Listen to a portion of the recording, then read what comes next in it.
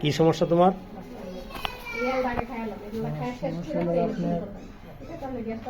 জোরে কথা বলো। হঠাৎ করে আপনার মাথা জোরে। মাথা ঘুরায় হঠাৎ করে। আচ্ছা, তারপর? মানে শরীরে তো বসে থাকলে হাত তোমার ঘুরান মারে মানে অজ্ঞান হয়ে যায়। আচ্ছা, বইতে না মাথাটা যেমন আমার এক সময় এই দিক না বাদ টানছে। তার মানে অজ্ঞান হয়ে যাও, তারপরে তোমার কোনো অনুভূতি থাকে না, সেন্স থাকে না, পরে আপনারা কি দেখেন?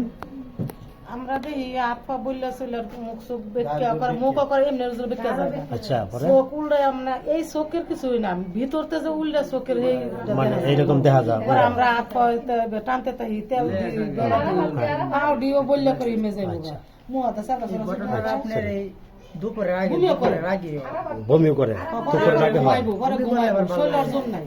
তাই না? দুপুরে আগে প্রায় সময় পরে ঘুমাইলে আবার ভালো। পরে করে তাহলে এইবার পরে কি সিটি স্ক্যান করছেন, কাগজপত্র গো ও পরীক্ষা নিরীক্ষা করছেন কি? কিছু ডাক্তাররা কি বলে? কইছে কিছু রোগ নাই, রোগ নাই? না রোগ নাই, মানে এটা মানসিক সমস্যা, মানসিক সমস্যা না? আর মানে মাথা সিরিজ করছি করে কিস্তে পারছি কিচ্ছু পারছে না? না কিছু পারছি হ্যাঁ। মানে এলোপ্যাথি প্যাথোলজিতে কোনো রোগ ধরা পড়তেছে না? এর মাধ্যমে তো ওষুধও দিছে না, রোগ ধরা পড়ছে, রোগও ধরা পড়ছে না, বহুত পরীক্ষা নিরীক্ষা করে লাগছে না? বহুত করেছি, পরে আবার আমার বোন দিছে, বোন দিয়ে কথাটা জানাই দিছে যে ওর কোনো রোগ নাই, ওর চিকিৎসাও নাই, না, কিন্তু রোগী জীবন যায় দশা। হ্যাঁ, এটা তো আমরা অজ্ঞান হয়ে যায়, খিসে।